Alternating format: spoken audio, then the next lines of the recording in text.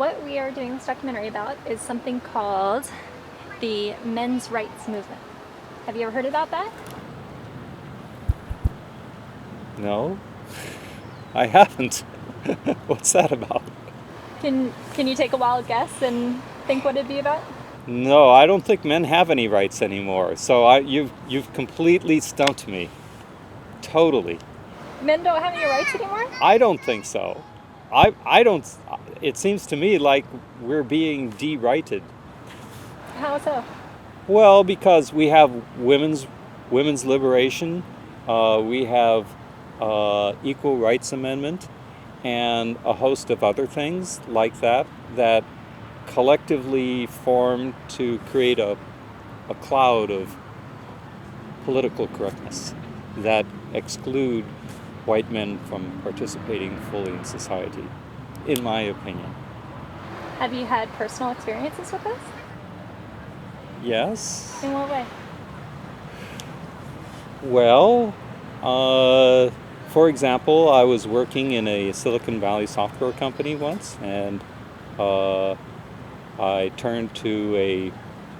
was discussing some technical stuff with a lady who was working there at the company, and I was trying to explain a technical problem that I was having with programming, and then I stopped myself because I was under the impression that she was in the marketing department. So I stopped myself before getting too technical, and I turned to her and I asked her, "You're an engineer, aren't you?" And she said yes. And it turned out that was not an appreciated question for me to ask, because she got the impression that I should have known that she was an engineer to begin with, even though she was working in the marketing department. And so that incident turned up in my yearly performance evaluation. So I pursued that because it wasn't my intent to demean her in any way. I just wanted to check just to make sure that she could understand the technical content of what I was about to explain to her. And I appealed it through my project manager, who was a woman. And when that failed, my section manager, who was a woman. And when that failed, the division manager, who was a woman. And all three appeals failed. And the incident remained reported on my performance evaluation, and I just felt disappointed because this was one of the premier companies in the United States to work for, and it wasn't what I thought I was signing up to do when I joined the company. That I had to watch every word, not just every sentence, but every question that I had to a person. And I always thought there's nothing wrong with asking a question, but in this case there was. Wow, that's crazy. Hewlett-Packard. Is that why you left? Probably one of the reasons why I left. I was getting tired of the politically correct scene, and I wasn't the only one in the company. I think a lot of us left. This was in the days before Carly Fiorina ruined the company.